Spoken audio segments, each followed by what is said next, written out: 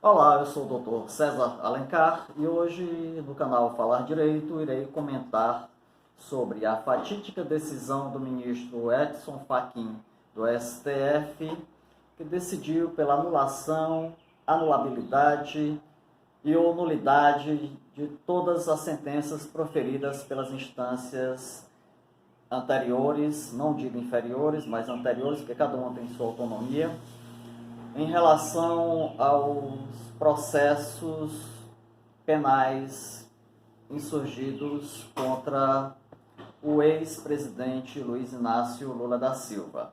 O argumento principal do douto ministro, como assim se acha, é a alegada incompetência territorial. Todavia, o artigo 43 do Código de Processo Penal determina a competência, gerando inclusive prevenção, o local e o momento da distribuição da ação penal, no momento em que a ação é protocolada. Para que possamos entender todo o meandre da processualística, vale dizer que processo existe apenas um. O que divergem são os ritos. Ritos trabalhistas, ritos penais e ritos civis. Todavia, a espinha dorsal que rege todos os demais processos é o processo civil brasileiro, através do seu código.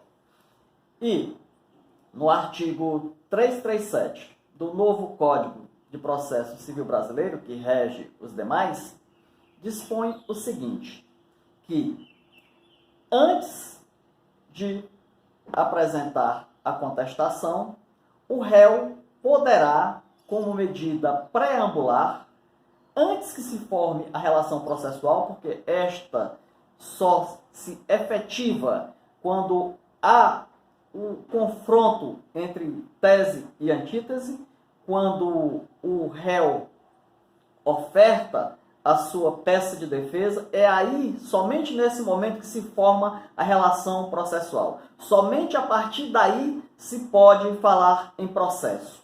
Antes, apenas procedimento, instaurado a partir da citação válida, que, diga-se de passagem, a citação válida, ela prevalecerá e conduzirá todo o processo, ainda que ordenada por juiz incompetente, se essa incompetência não for atacada na fase pré-processual e de forma correta, ou seja, em peça apartada da própria contestação nos autos.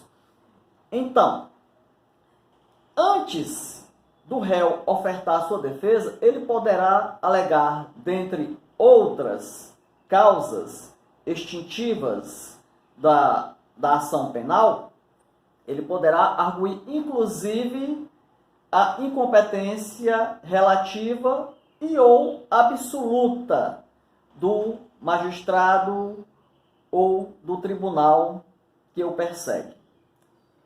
Passada essa fase, ocorre a chamada preclusão, ou seja, a morte do direito processual do réu.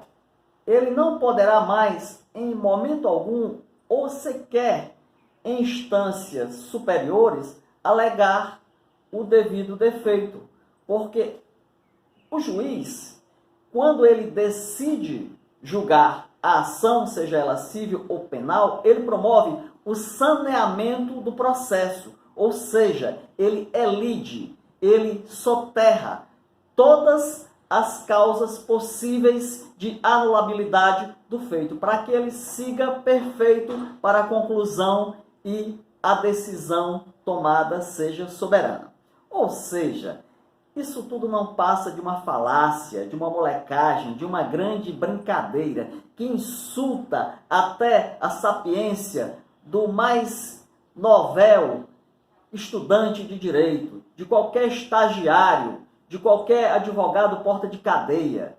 Essa decisão do senhor Fachin é absurda, teratológica e ditatorial, extremamente parcial. Deveria ele sim, usando do que determina o Código de Processo Penal, ele dar-se por suspeito, arguir a sua própria suspeição, afastando-se definitivamente dos autos, pelo passado espúrio e intimista que tem com o réu.